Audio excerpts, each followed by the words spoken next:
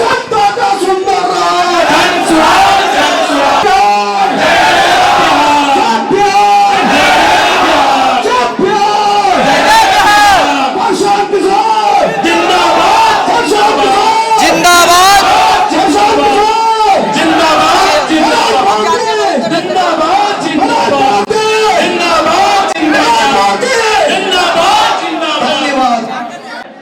आप मेरी बात सुनना चाहें तो सबसे पहले हम लोग शांत होकर बैठ जाएं, तभी आप मेरी बात सुन पाएंगे। बैठ जाइए आप लोग। इसमें ईगो ज्यादा है, ईगो काटिए, बेस काटिए। मुझे मालूम है कि मैं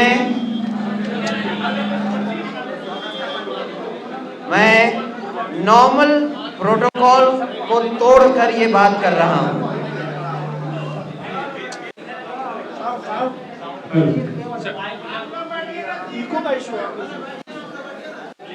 जनरली बहुत सारे लोग बोलते हैं और फिर मेरा टर्न आता है, लेकिन मुझे लगता है कि आप लोग इतनी देर से इंतज़ार कर रहे हैं, अगर आपको आधा घंटा भी और इंतज़ार करना पड़ा तो आपकी हिम्मत टूट जाएगी और आधे से ज़्यादा लोग यहाँ से चले जाएंगे। इसीलिए मैंने सोचा पहले मैं आपसे बात कर लेता हूँ, और मैं यहाँ पार्टी के अध्यक्ष होने के नाते पार्टी के कार्यकर्ताओं से मिलने आया हूँ, उनकी बातचीत सुनने आया हूँ। जनरली पीछे के लोगों को मेरी आवाज़ आ रही है? ठीक है।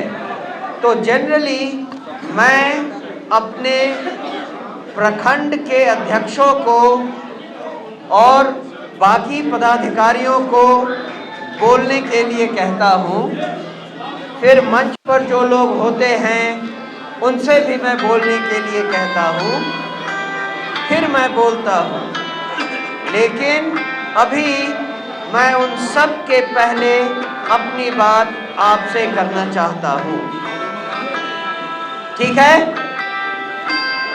तो आप सब जानते हैं जनसुराज पार्टी बिहार में बदलाव के लिए काम करना चाहती है।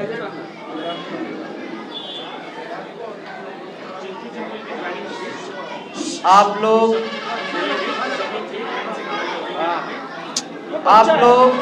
शांत हो जाएं।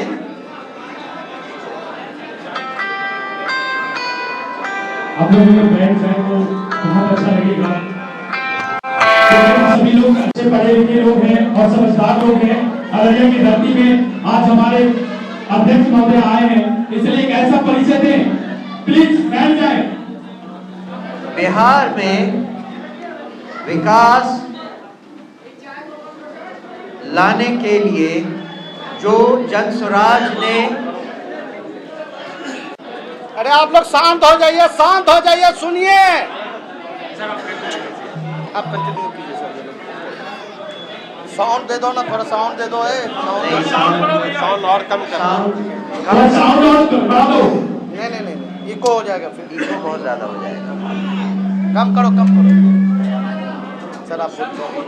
तो जनसुराज पार्टी बिहार में जो बदलाव लाना चाहती है, मैं उसके बारे में आपसे दो बातें करना चाहता हूँ। बिहार में बदलाव लाने के लिए हमने 5 तरह के प्रोग्राम बताए हैं। बच्चों को, चाहे वो कहीं भी हो, गांव में, कस्बों में, शहर में, झुग्गी झोपड़ियों में, हर बच्चे को मुफ्त अच्छी शिक्षा मिले, ये हमारा वादा है। युवाओं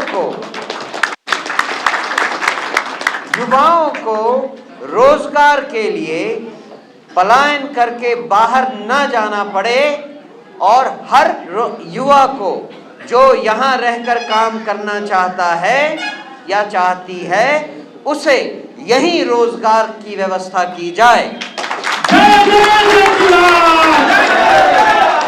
तीसरा, गांव में या कहीं भी जो वृद्ध हैं जो रोजगार नहीं कर सकते उनके लिए 2000 महीने का पेंशन। आप सोचें, गांव में कोई बूढ़ा बुढ़िया है जिनके बच्चे पलायन करके बाहर चले गए हैं रोजगार के लिए, और अंतिम है जो किसान नकदी फसल उपजाना चाहते हैं उनको मजदूर मुफ्त में दिलवाए जाएंगे। ये सारे तो हमारे तरीके हैं जिनसे हम बदलाव लाएंगे, लेकिन बदलाव क्या है, बदलाव कैसे आएगा? आपने कभी इस पर सोचा है? बिहार की बदहाली जो पिछले 40-50 सालों से है, 40 साल पहले, लगभग 50 साल पहले मैं IIT कानपुर गया था इंजीनियरिंग की पढ़ाई के लिए। उस समय भी मुझे बिहारी बिहारी कह के अपमानित किया जाता था। आज भी आपका बच्चा, आपके पति काम करने के लिए दूसरे राज्यों में जाते हैं तो उन्हें आज भी बिहारी बिहारी कह के अपमानित किया जाता है। कब बदलेगा ये? क्यों नहीं बदला है ये? हमारे नेता क्या चूड़ी पहन के बैठे हुए थे? उन्होंने जो कुछ भी किया आपके लिए, सड़क बनाई, रोड बनाए, बिजली दी, वो सब ठीक है, लेकिन बिहार की पोजीशन पिछले 40 सालों में ऐसी तो नहीं बदली कि आपको बाहर जाने पर गालियां नहीं सुनना पड़े, लोग बिहारी बिहारी करके आपको अपमानित नहीं करें। ये तो अभी तक नहीं बदला। 40 साल पहले जो राज्य बिहार के साथ खड़े थे या बिहार से नीचे आते थे, वो आज हमसे 10 गुना आगे प्रगति कर गए। तो हम क्या कर रहे हैं? हमने क्यों नहीं ऐसा किया? सरकारें इसके लिए जिम्मेदार हैं, और उन सरकारों ने क्या किया? बिहार में भ्रष्टाचार को बढ़ा दिया, बिहार में गुंडागर्दी को बढ़ा दिया, बिहार में जो कानून व्यवस्था की स्थिति है उसको खत्म कर दिया। किया या नहीं किया? अगर कानून व्यवस्था और भ्रष्टाचार यहां से हट जाए तो बिहार बहुत जल्दी प्रगति की राह में आगे बढ़ेगा, है या नहीं? yes. और मैं आपको बताता हूं, बिहार में ये भ्रष्टाचार और ये कानून व्यवस्था की कमी की शुरुआत कहां से होती है? उसकी शुरुआत होती है इन चुनावों से।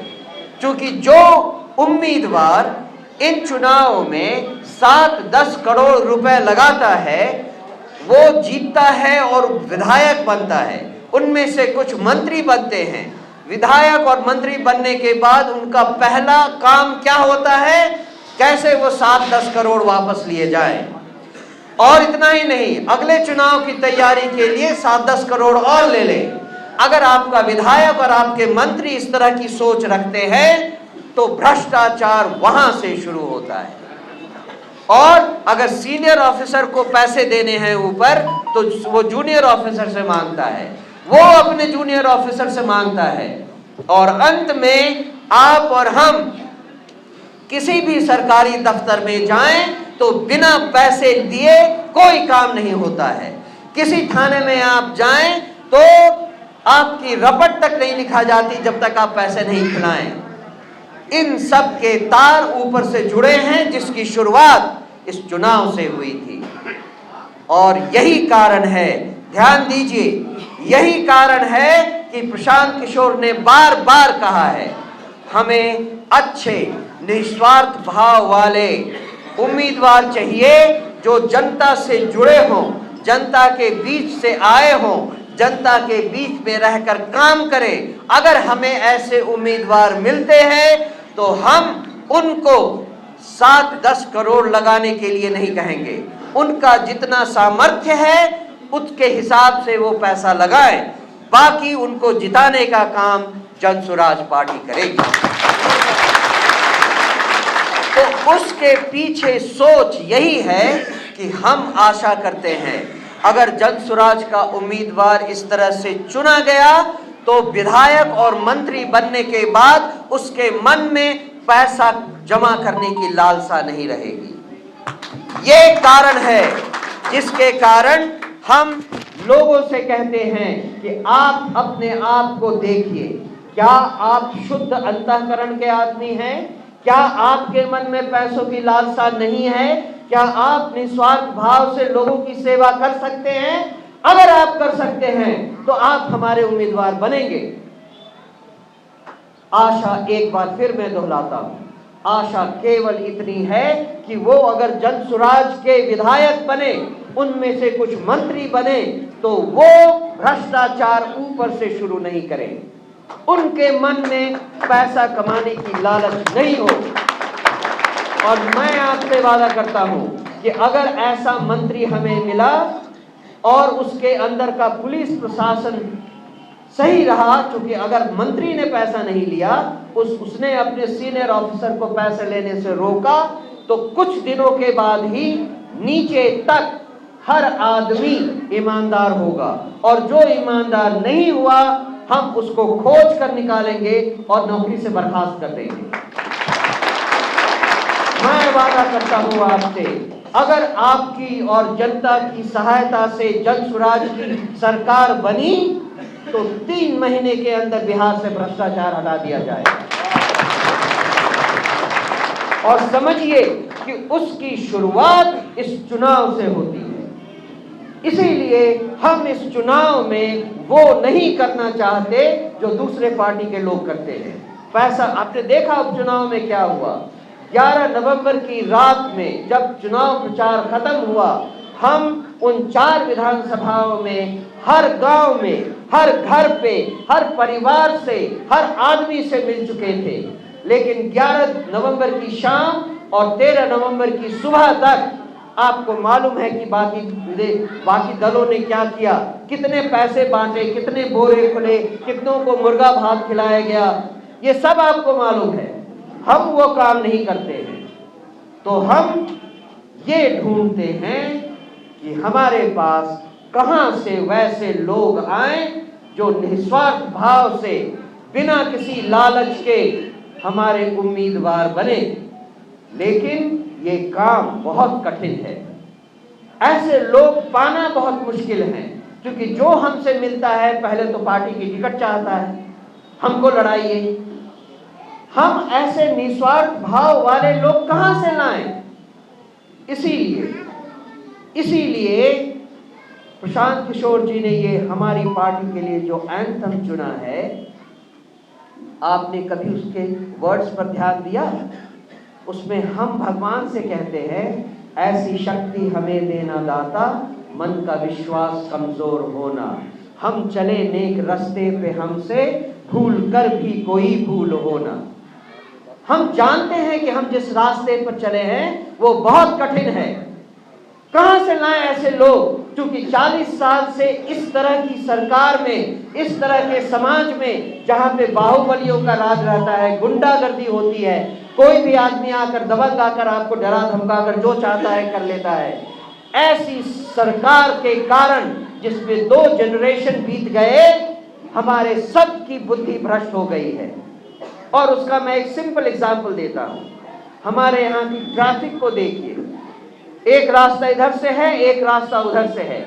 रेड लाइट हुआ, एक गाड़ी रुकी, उसके पीछे दूसरी गाड़ी रुकी, लेकिन तीसरी गाड़ी उसके पीछे नहीं रुकेगी, वो दूसरी तरफ जाके सामने आएगी, चौथी गाड़ी सामने आएगी, 5वीं गाड़ी सामने आएगी।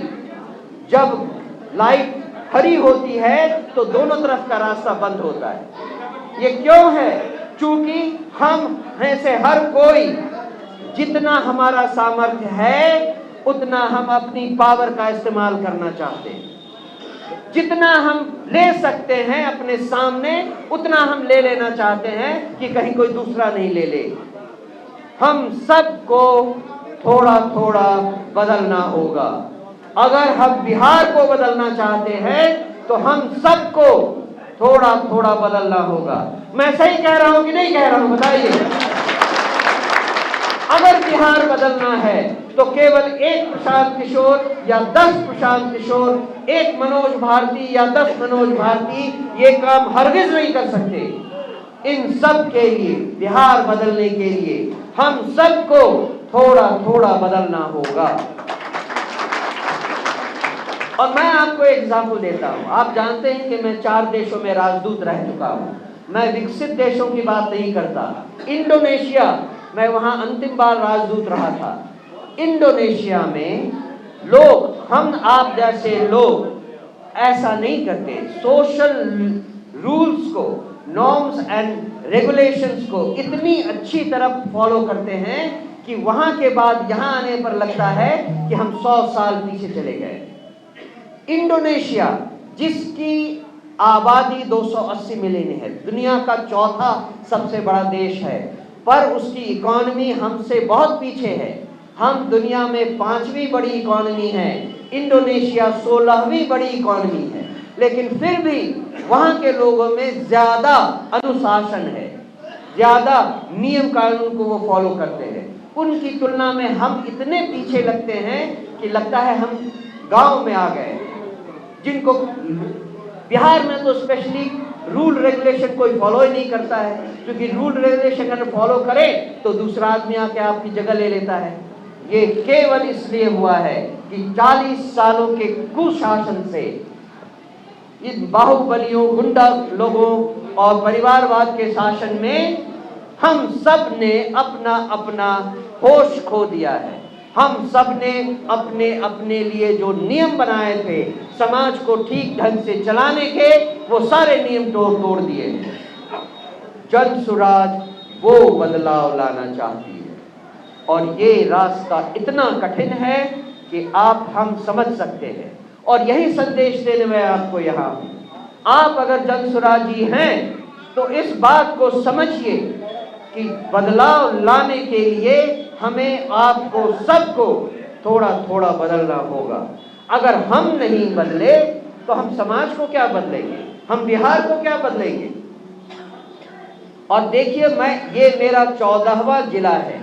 मैं 13 जिलों में ऑलरेडी घूमकर लोगों से मिल चुका हूं। हर जगह विदाउट फेल, हर जगह समिति बनी है, लोगों में मनमुटाव है, एक दूसरे की टांग खींचना चाहता है, कोई एक दूसरे के साथ काम नहीं करना चाहता है। ये आप जनसुराजी हैं क्या?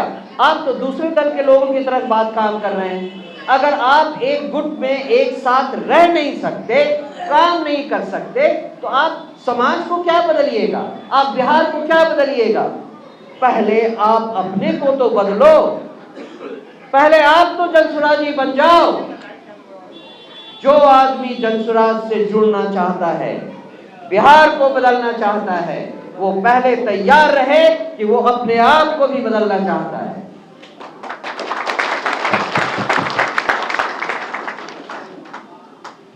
अब मैं कुछ ऐसी बातें कहूंगा जो उपचुनाव से हमने सीखी हैं और इस संगठन को मजबूत करने के लिए जरूरी है। मुझे मालूम है कि जिला अध्यक्ष के साथ साथ एक कमेटी है, 251 लोगों की एक समिति बनी हुई है जिसमें कुछ पदाधिकारी हैं। लेकिन मुझे ये भी मालूम है कि उन 251 लोगों में से शायद आधा या आधे से ज्यादा लोग निष्क्रिय हुए पड़े हैं। वो कुछ काम नहीं करते, केवल चेहरा दिखाने के लिए कुछ जगह पे आ जाते हैं। सही है या नहीं? आप सब जानते हैं इस बात को।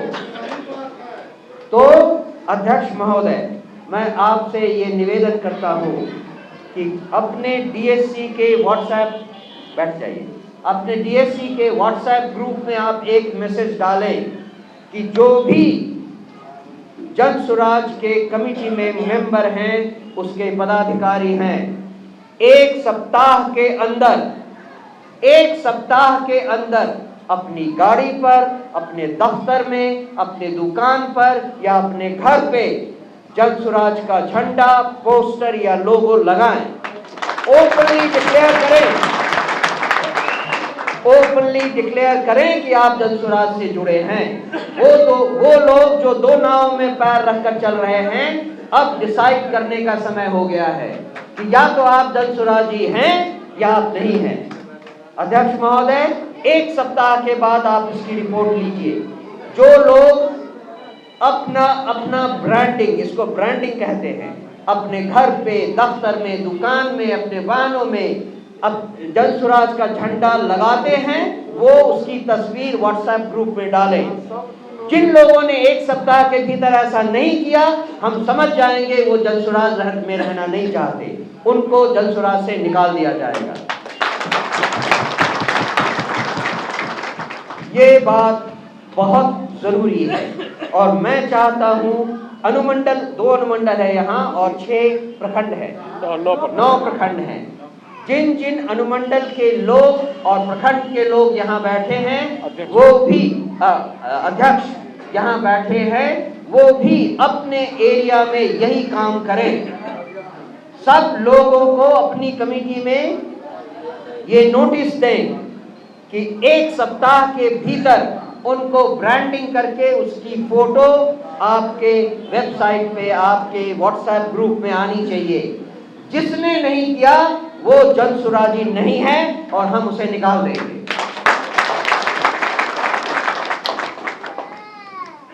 दूसरी बात, पिछले उपचुनाव में हमने एक भी सीट नहीं जीती, लेकिन उससे हमें बहुत सारी सीख मिली है।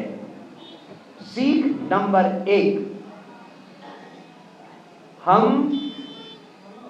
जितना लोगों को मिले उसके हिसाब से हमने एक काम नहीं किया, और वो था बूथ कमेटी के जो नौजवान होते हैं, बूथ कमेटी फॉर्मेशन वो अच्छे से नहीं बना था, उसमें नंबर भी कम था और उनकी अच्छी ट्रेनिंग भी नहीं हुई थी। तो ये सीख हमने ली है। जो लोग अंग्रेजी समझते हैं वो जानेंगे, एक कहावत है, टू अर्न इज ह्यूमन। इसका हिंदी अनुवाद होता है, गलती करना प्रकृति है, गलती हो जाती है, गलती करना प्रकृति है। लेकिन उसके आगे कहते हैं हम लोग कि गलती मानना संस्कृति है और गलती सुधारना प्रगति है। तो इन उपचुनाव में हमसे जो गलतियां हुई उनको हम मानते हैं और उनको सुधारने के लिए अब हम कुछ कदम उठा रहे हैं। अध्यक्ष महोदय, मैं चाहता हूं कि आप अपने अनुमंडल और प्रखंड लोगों को ये निर्देश दें कि अपने अपने एरिया में हर बूथ के लिए 10 लोगों की एक बूथ कमेटी निर्धारित करें। उसकी डेडलाइन 31 जनवरी 2025 है।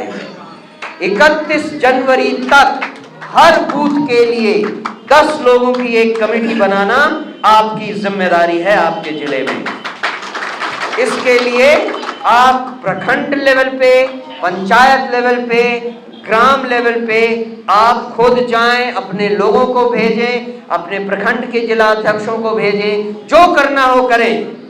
31 जनवरी तक हर बूथ के लिए 10 लोगों की कमेटी बनना जरूरी है, जिसमें कम से कम 4 महिलाएं शामिल हों। 10 लोगों की कमेटी जिसमें कम से कम 4 महिलाएं जरूर शामिल हों। तो ये हम चाहते हैं कि ये काम आप जरूर करें। एक बात कहना मैं भूल गया, जब मैं कह रहा था कि बिहार में बदलाव लाने के लिए हम लड़ाई लड़ रहे हैं। बिहार में बदलाव लाने का एक साइन और भी होगा कि जिस दिन जनता और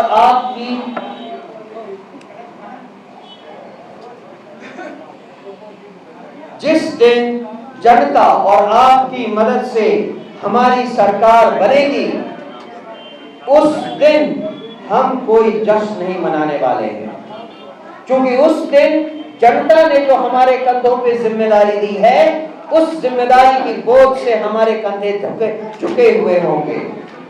जश्न हम उस दिन मनाएंगे 2-3 साल बाद, जब हम किसी गांव में जाएं या गांव से कोई आदमी हमसे मिलने आए और कहे कि साहब हम दाखिल खारिज करने वो सरकारी दफ्तर गए थे, हमारा काम बड़े आसानी से हो गया, किसी ने एक पैसा नहीं मांगा। हम पुलिस थाने गए थे रपट लिखाने के लिए, बहुत अच्छे से रपट लिख दी गई, किसी ने एक पैसा नहीं मांगा। हम अपने बच्चे का एडमिशन कराने अपने गांव के स्कूल में गए थे, इतना अच्छा स्कूल था, बिना किसी पैसे के, बिना किसी दिक्कत के हमारे बच्चे का एडमिशन हो गया। जिस दिन हम गांव के लोगों से खुद सुनेंगे उनके मुंह से, उस दिन हम जश्न मनाएंगे, उस दिन हम समझ जाएंगे कि बिहार को बदलने के राह पर जो हम चले थे उसमें हम एक कदम आगे बढ़ गए हैं। वो होगा हमारे लिए विकास का सही मॉडल, उसके लिए हम तैयारी कर रहे हैं। आप समझते हैं कैसे हम बाकी दलों से अलग होंगे अगर हमने चुनाव लड़ा और चुनाव जीता। लेकिन चुनाव में जीतने के लिए हम सबको वो सारे काम करने हैं जो अभी हमने कहा आपसे। उन आदमियों को, उन औरतों को जो यहाँ दो नाव में पैर रखकर बैठे हैं, उनको यहाँ से हटाना, अच्छे पक्के जनसुराजी बनाना और फिर ऐसा चुनाव लड़ना जो बिहार में लोगों ने कभी देखा ना हो। क्योंकि हमारे साथ हम अगर सच्चे जनसुराजी हैं और हमारी आवाज पर, हमारे आदतों को देखकर, हमारे चरित्र को देखकर, हमारे कैरेक्टर को देखकर जनता हमको पसंद करती है तो वो हमको जरूर वोट देगी। और हमने तो इन उपचुनाव में लोगों से साफ साफ कहा, अगर आप बिहार में बदलाव चाहते हो और बाकी दलों के लोग आपको आकर पैसे देते हैं, मुर्गा भात खिलाते हैं, तो खा लो, पैसे भी ले लो, लेकिन जब आप वोट देने जाओगे तो आप बूथ पर अकेले होगे। उस समय आप अपने बच्चों का चेहरा याद करो, अपने पतियों का चेहरा याद करो, अपने बेटों का चेहरा याद करो जो कि पलायन करके बाहर चले गए हैं रोजगार पाने के लिए, और वोट दो उसी पार्टी को जो ये सब बदलने वाला है, जनसुराज पार्टी को। तो ये सब पार्टी के लिए जो करना है उसमें दो चार बातें और मैं कहूंगा। अध्यक्ष महोदय, मुझे मालूम है कि पिछले 2 अक्टूबर से पार्टी बिल्कुल निष्क्रिय हो गई थी, बहुत सारे लोग उपचुनाव में चले गए थे, पार्टी के कार्यक्रम बिल्कुल लगभग ठप पड़ गए थे। जरूरत है अब उन सब कामों में तेजी लाने की। क्या काम करें उसके मेरे पास 2-3 उपाय आपके पास हैं, आपके लिए हैं। सबसे पहला, याद करें 1924 के दिन 100 साल पहले गांधी जी के आवास पर लोग तरह तरह से उस आंदोलन में जुड़े जो उस समय स्वतंत्रता आंदोलन नहीं कहा जाता था। गांधी जी ने कहा था कि हम समाज को पहले तैयार करें इसके लिए कि हम स्वराज ले सकें। उसके लिए हर आदमी जहां पे जिस तरह से कैपेबल था इस अभियान से जुड़ा था। आपको याद है, आपने पढ़ा होगा, लोग प्रभात फेरी निकालते थे, सुबह उठकर जनसुराज का नारा लगाते थे, अपना गीत गाते थे। हम ऐसा क्यों नहीं कर सकते? अभी हम ऐसी प्रभात फेरियां अपने एरिया में, प्रखंडों में, अनुमंडलों में, जिला में क्यों नहीं लगा सकते? 10-50 लोग मिलकर सुबह निकले, जय बिहार का नारा और अपना एंथम कर लगाते हुए प्रभात फेरी निकाले। कौन आपको रोकता है? कितना पैसा चाहिए इसके लिए? कोई संसाधन की जरूरत नहीं है। एक काम आप ये कर सकते हैं। दूसरा, हम इन उपचुनाव में नुक्कड़ सभाएं करते थे। कहीं चले गए, 10, 50, 25 लोग, 100 लोग मिल गए, उनको जनसुराज के बारे में बताया। हम यहाँ ऐसी नुक्कड़ सभाएं क्यों नहीं कर सकते? गांव में चले जाइए, प्रखंडों में चले जाइए। आज आपने देखा, आपने जो जुलूस निकाला, कितने लोग देख रहे थे।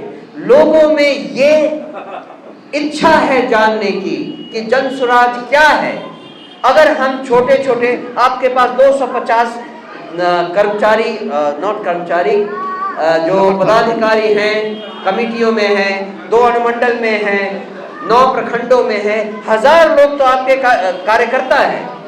उनको डिफरेंट गांव में भेजिए, नुक्कड़ सभाएं करवाइए, सैटरडे संडे को जब पॉसिबल हो नुक्कड़ सभाएं करवाइए। और उसी तरह ग्राम पदयात्रा हो सकती है। प्रशांत किशोर पूरे बिहार में पदयात्रा कर रहे हैं, आप लोग 2, 4, 5 गांव में पदयात्रा नहीं कर सकते? केवल जरूरी है 10 दिन पहले मीडिया को ये बताइए और लोगों को बताइए कि फॉर एग्जाम्पल आज 27 तारीख है, 7 जनवरी को फलाने फलाने फलाने गांव में जन स्वराज की पदयात्रा निकलेगी। 50-100 लोग लेकर आप यहां से चलें, पहला गांव क्रॉस करने के बाद आपके पास 200 लोग हो जाएंगे, दूसरा गांव क्रॉस करने के बाद आपके पास 300 लोग हो जाएंगे। एक दिन में 5 गांव कर लीजिए और इससे की जरूरत ही नहीं है। तो आप अगर पार्टी से जुड़े हैं, पार्टी के लिए काम करना चाहते हैं, तो ये 3 चीज तो बड़े आसानी से हो सकता है। प्रभात फेरी, नुक्कड़ सभाएं और ग्राम पदयात्रा, इन सब के लिए आपको किसी संसाधन की जरूरत नहीं है। और जब मैं बात कर ही रहा हूं तो 3 बातें और कहना चाहता हूं। 29 दिसंबर से हमारी जन स्वराज की एक बाइक रैली निकल रही है। पूरे बिहार में 534 प्रखंडों में वो बाइक रैली जाएगी। कभी न कभी वो आपके यहाँ भी आएगी, जिसकी अग्रिम सूचना आपको दी जाएगी। आपसे निवेदन है कि उस बाइक रैली के लिए अपने लोगों को तैयार करें और बढ़ चढ़कर आपके 9 प्रखंडों से युवा लोग बाइक रैली में भाग लें, ये हमारी विनती है। दूसरी चीज, 24 जनवरी को हम कर्पूरी दिवस मना रहे हैं पटना में। जो लोग पटना में आकर 24 जनवरी को वहां भाग लेना चाहते हैं, उनका बहुत स्वागत है। लेकिन जो लोग यहाँ हैं, वो अपने अपने लेवल पे एक कर्पूरी दिवस का फंक्शन मना सकते हैं। ये अगर आप मनाएं तो बहुत अच्छा होगा। तीसरा, फरवरी या मार्च के महीने में 23 फरवरी या 2 मार्च या 9 मार्च रविवार हैं, उनमें से किसी एक रविवार को पटना के गांधी मैदान में एक महा रैली होने वाली है, जिसमें हम 10 लाख लोग पूरे बिहार से चाहते हैं। उस रैली में हम चाहते हैं कि अररिया से लोग बढ़ चढ़कर हिस्सा लें और काफी संख्या में वहां जाएं। वहां पे हमारे पार्टी का विजन डॉक्यूमेंट लाया जाएगा, हमारी पार्टी का संविधान घोषित होगा और हमारा जो मैनिफेस्टो बनेगा, पार्टी का मैनिफेस्टो, उसके लिए तैयारी शुरू होगी। ये एक बहुत बड़ा दिन होगा और आप सबसे निवेदन है कि आप सब वहां जरूर आएं। मैंने बहुत देर बोल लिया। नहीं सर, अब मैं चाहता हूं कि मैं चुप रहूं और आप बोलें। आपको 5 सवाल करने के लिए मैं समय देता हूं। 5 सवाल होना चाहिए, कोई कमेंट नहीं, कोई भाषण नहीं, कोई कुछ नहीं। लेकिन जो पिछले जिलों में लोगों ने सवाल पूछे, उसकी बेसिस पे मैं कुछ उत्तर आपको ऑलरेडी देना चाहता हूं। सबसे पहले लोगों ने पूछा कि कार्यकर्ताओं के लिए, पार्टी के ऑफिस के लिए कुछ संसाधन होने चाहिए। अध्यक्ष महोदय, आपकी भी यही ग्रीवांस होगी, मुझे मालूम है। इसके बारे में विचार किया गया है और ये डिसीजन लिया गया है कि जिला लेवल पर, अनुमंडल लेवल पर और प्रखंड लेवल पर कुछ गाड़ियों का इंतजाम करवाया जाएगा पार्टी की तरफ से। लेकिन अध्यक्ष महोदय, जब तक वो गाड़ियां नहीं आ जाती, तब तक आपके लिए ये सुझाव है कि यहाँ जो हमारी प्रोफेशनल टीम है, उसके पास 2 गाड़ियां होती हैं और वो गांव-गांव, ब्लॉक-ब्लॉक वही काम करने जा रहे हैं जिसके बारे में मैंने आपसे निवेदन किया है। हर गाड़ी में एक ड्राइवर और एक अधिकारी होता है, उसमें 2 जगह और होती है। मैं चाहता हूं आप एक रोस्टर बनाएं, 20 दिन का या 30 दिन का निर्धारित कर दें कि किस दिन आपके कौन से 2 ऑफिसर जाएंगे उस गाड़ी में और लोगों से मिलने का काम करेंगे, प्रोफेशनल टीम के साथ मिलकर उनकी सहायता करेंगे। ये काम आपको अभी से शुरू कर देना चाहिए। सर हम लोग कर चुके हैं सर। ठीक, वेरी गुड। दूसरी बात, दूसरा सवाल जो था कि लोगों ने कहा हमारे पास पोस्टर, लोगो और झंडे वगैरह कम पड़ गए हैं। उसके बारे में मैं कहना चाहूंगा कि ये बात सही है। 2 अक्टूबर को जब पार्टी बनी उस दिन एक घोषणा की गई थी कि हमारे लोगों में महात्मा गांधी जी की तस्वीर के साथ डॉक्टर अंबेडकर की तस्वीर भी डाली जाएगी। इसका डिसीजन 10 दिन पहले हुआ है, इसीलिए अभी तक कोई और पब्लिसिटी मटेरियल नहीं बनाया गया था। अब आपको डिजिटल वर्जन मिल गया है जो कि आप अपने मोबाइल फोन में इस्तेमाल कर रहे हैं। हम पब्लिसिटी मटेरियल भी बनाने लगे हैं, झंडे, पोस्टर्स, लोगो वगैरह वगैरह, वो भी आपको जल्दी से जल्दी मुहैया करवाए जाएंगे।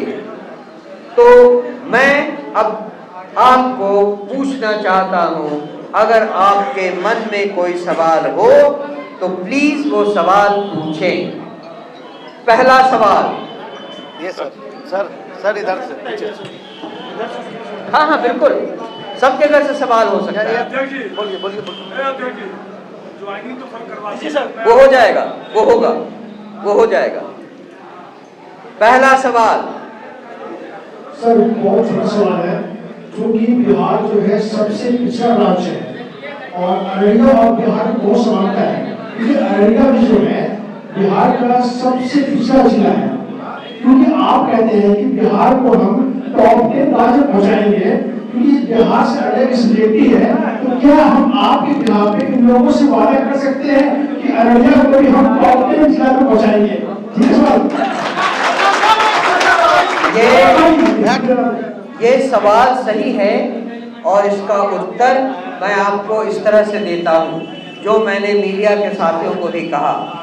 आपको जो शुरू में मैंने 5 स्टेप बताए, शिक्षा, युवाओं का पलायन रोकना, बुजुर्गों को पेंशन देना, स्त्रियों के लिए, महिलाओं के लिए कर्जा देना और किसानों के लिए व्यवस्था, ये 5 ऐसे हथियार हैं कि जहां कम विकास हुआ है, जहां हालत बहुत बुरी है, जैसे अररिया और किशनगंज, वहां पर इनका उपयोग उतना ही ज्यादा होगा।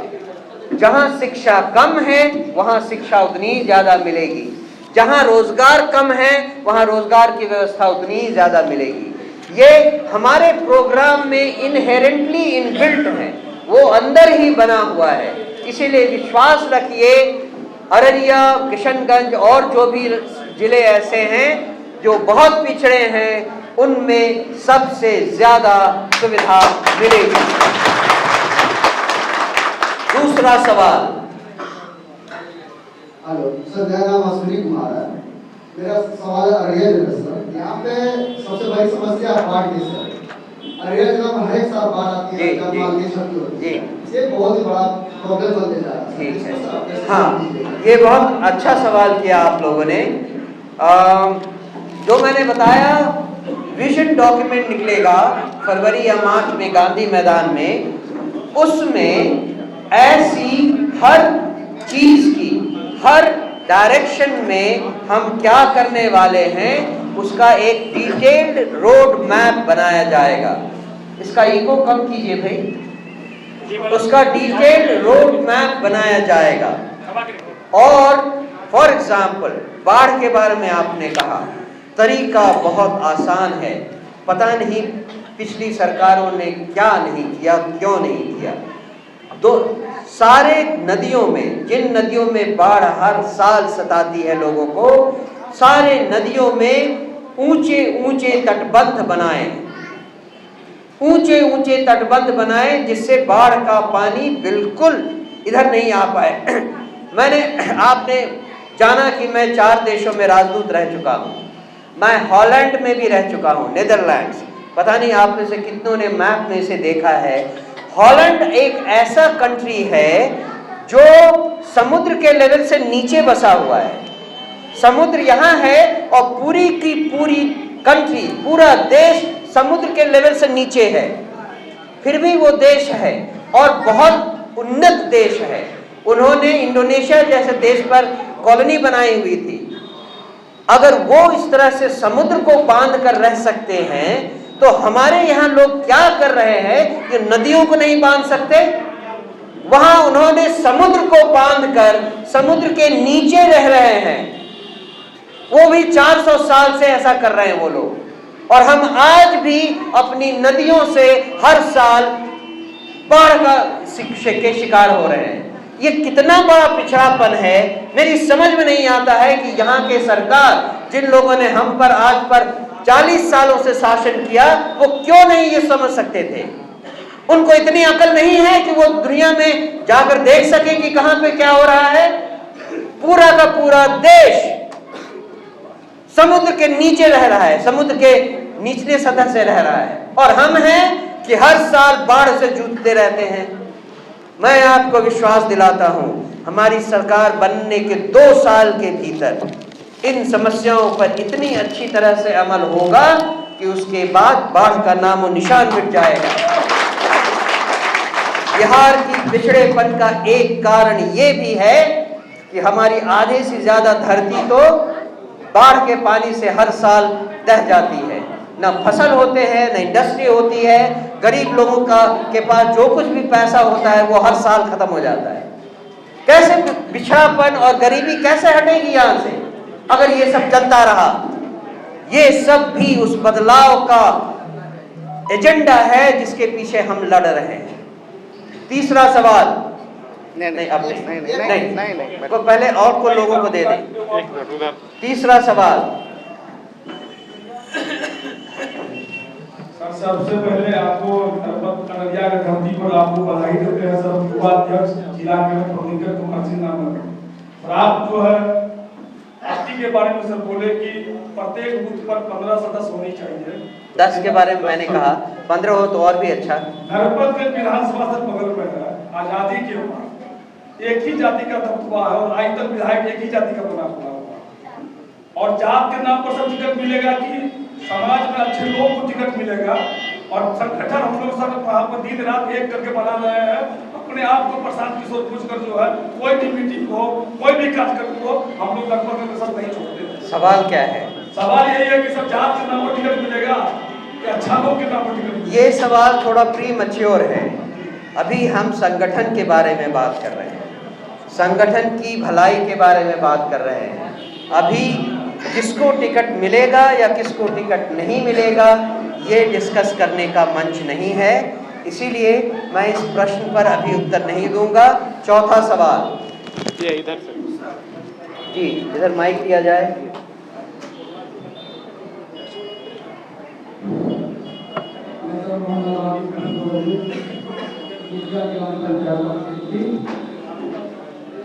अररिया की पावन धरती पर आपको अपने पहली शुक्रिया अदा करता हूँ। काफी सारे जनसुराही का शुक्रिया हमारा विधानसभा पता है और वहाँ पर कैसा बदहाली है कि सारी नदियाँ वहाँ से निकलती है क्योंकि नेपाल से लगा हुआ है। नदियों के बारे में तो मैं कह चुका हूँ, कोई और सवाल हो तो बोलिए। लोगों के पास जाते हैं कि जब सुराग से पूछिए तो उन्होंने कहा कि 35 साल से लोग हमें ठगते आ रहे हैं, आप हमारा कौन सा ऐसा काम कीजिएगा कि आपको विश्वास। सही बात है, ये सवाल हमसे भी उपचुनाव में बार बार पूछा गया। हमारा जवाब केवल यही होता था, आप 35 साल से जो झेल रहे हैं, 35 साल से जो आप परेशान हो रहे हैं, उन सारी पार्टियों को आपने देख लिया। किसी को 15 साल, किसी को 20 साल। एक बार हमें भी मौका देकर देखिए। आपके पास अब कोई विकल्प नहीं था, अब आपके सामने एक विकल्प आया है। आप एक मौका हमें दीजिए। अगर हमने भी आपको धोखा दिया तो आप हमें छोड़ कर बदल लेना। हम आपसे फिर वापस आपसे वोट मांगने नहीं आएंगे, लेकिन अब एक मौका तो हमें देकर जरूर देखिए। यही आपका भी जवाब होना चाहिए। ठीक है, 5वां सवाल। हाँ, सवाल एक हो चुका है, एक हो चुका है, इम्पोर्टेंट सवाल है, एक हो चुका है, इम्पोर्टेंट सवाल है। एक हो चुका है, एक हो चुका है। सर, समाज को बदलने के लिए एजुकेशन का बहुत महत्वपूर्ण रोल रहा है। और अररिया में आज आप किशनगंज चले जाइए, पूर्णिया चले जाइए, कटिहार चले जाइए, हर जगह मेडिकल कॉलेज, अच्छा कोचिंग, अच्छी कॉलेज, चाहे वो इंजीनियरिंग कॉलेज हो, लॉ कॉलेज हो और कोई कॉलेज हो। बिहार का यही एक ऐसा जिला है जहाँ की एजुकेशन सबसे पीछे। पलायन के साथ साथ यहाँ के बच्चे हर घर से, हर व्यक्ति के घर से लोग यहाँ से बाहर जाकर के पढ़ाई करते हैं। हमारा आग्रह होगा सर, क्या जनस्वराज अगर सरकार में आती है तो विशेष तौर पे शिक्षा के रूप में, शिक्षा के तौर पे अररिया के लिए स्पेशल कुछ करेगी। ठीक नहीं, ये उसी विजन डॉक्यूमेंट की का सवाल है जिसके बारे में मैं आपसे पहले कह चुका हूँ। हम बिहार में शिक्षा पद्धति को बिल्कुल बदल देंगे। शिक्षा पद्धति ऐसी होगी कि बचपन से लेकर रोजगार पाने तक बच्चों को शिक्षा, अच्छी शिक्षा यहीं पर मौजूद होगी। किसी को कोचिंग वगैरह के लिए बाहर जाने की जरूरत नहीं पड़ेगी। ये हमारा वादा है आपसे। हमारी शिक्षा नीति में रोजगार शिक्षा का एक भाग होगा। जब तक बच्चे स्कूल से 12वीं पास करके निकलेंगे, उनके सामने उनके भविष्य का रोड मैप तैयार होगा।